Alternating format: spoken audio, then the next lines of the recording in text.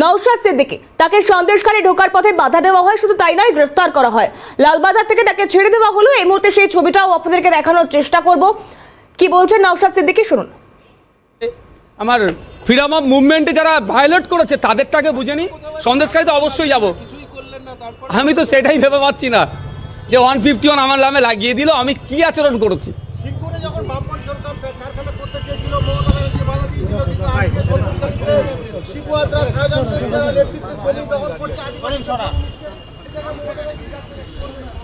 এবার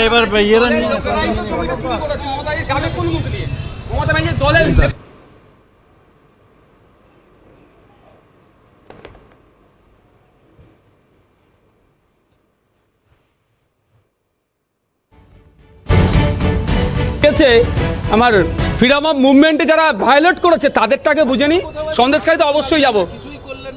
আমি তো সেটাই ভেবে পাচ্ছি না যে 151 আমার নামে লাগিয়ে দিল, আমি কি আচরণ করেছি।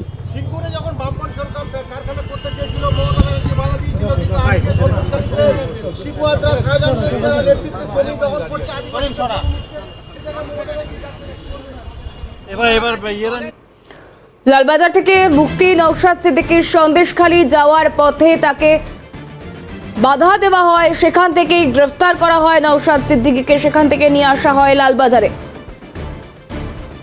ছাড়া পেলেন নওশাদ সিদ্দিকী।